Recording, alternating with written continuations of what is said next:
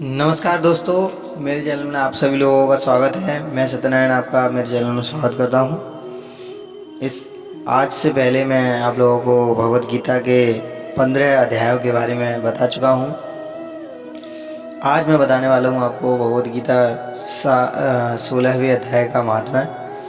तो यदि आप मेरे चैनल पर पहली बार आए हैं तो कृपया करके लाइक और सब्सक्राइब का बटन ज़रूर प्रेस करें, क्योंकि आपके एक सब्सक्राइब से मुझे बहुत खुशी मिलती है कि मैं आप लोगों से कितना कनेक्ट हो रहा हूँ, कितना जुड़ रहा हूँ। तो चलिए आइए वीडियो शुरू करते हैं। 16वें अध्याय का महात्म्य। जय श्री कृष्ण। श्री महादेव जी कहते हैं, पार्वती, अब मैं गीता के 16वें अध्याय का महात्म्य बताऊंगा। सुनो। गुजरात में सौराष्ट्र नामक एक नगर है। वहाँ खड़गवाहु नाम के राजा राज्य करते थे, जो दूसरे इंद्र के समान प्रतापी थे। उनका एक हाथी था जो मद बहाया करता था और सदा मद से उन्मुक्त रहता था। उस हाथी का नाम अरिमर्दन था। एक दिन रात में वह हठात सांकलों को और लोहे के खम्भों को तोड़ फोड़ कर बाहर निकला। हाथीवान उसके दोनों ओर अंकुश लेकर डरा रहे थे, किंतु क्रोधवश उनकी सबकी अवहेलना करके उसने अपने स्थान के रहने का स्थान हथियार को ढहा दिया, मतलब गिरा दिया। उस पर चारों ओर से भालों पर मार पड़ रही थी, फिर भी हाथीवान ही डरे हुए थे। हाथी को तनिक भी भय नहीं होता था। इस कौतूहलपूर्ण घटना को सुनकर राजा स्वयं हाथी को मनाने की कला में निपुण राजकुमारों के साथ वहाँ आए। आकर उन्होंने उस बलवान दंतैले हाथी को देखा। नगर के निवासी अन्य काम धंधों की चिंता छोड़कर अपने बालकों को भय से बचाते हुए बहुत दूर खड़े होकर उस महाभयंकर गजराज को देखते रहे। इसी समय कोई ब्राह्मण तालाब से नहाकर उसी मार्ग से लौटे। वे गीता के 16वें अध्याय के अभयम आदि कुछ श्लोकों का जप कर रहे थे। पूर्ववासियों और पीलवानों मतलब महावतों ने उन्हें बहुत मना किया, किंतु उन्होंने किसी की नहीं माने। उन्होंने हाथी से भय नहीं था, इसलिए वे विचलित नहीं हुए।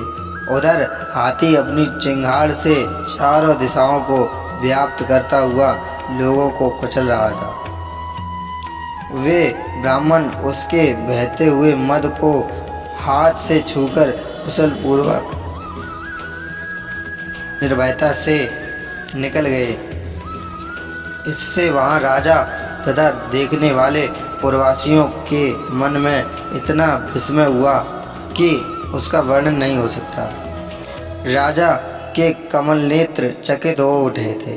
उन्होंने ब्राह्मण को बुला सवारी से उतरकर उन्हें प्रणाम किया और पूछा, ब्राह्मण, आज आपने यह महान अलौकिक कार्य किया है, क्योंकि इस काल के समान भयंकर गजराज के सामने आप सकुशल लौट आए हैं।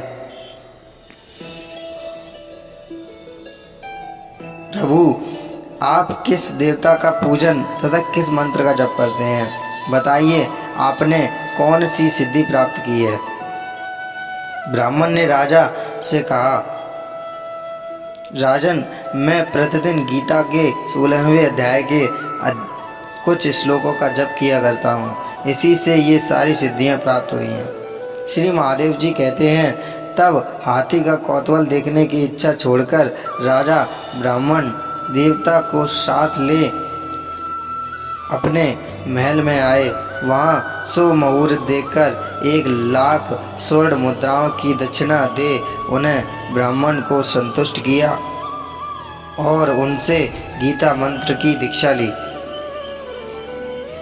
गीता के 16वें अध्याय के अभयम आदि कुछ श्लोकों का अभ्यास कर लेने के बाद उनके मन में हाथी को छोड़कर उसके कौतुक देखने की इच्छा जागृत हुई। फिर तो एक दिन सैनिक के साथ बाहर निकलकर राजा ने हाथीवानों से उसी मत्त गजरात का बंधन खुलवाया।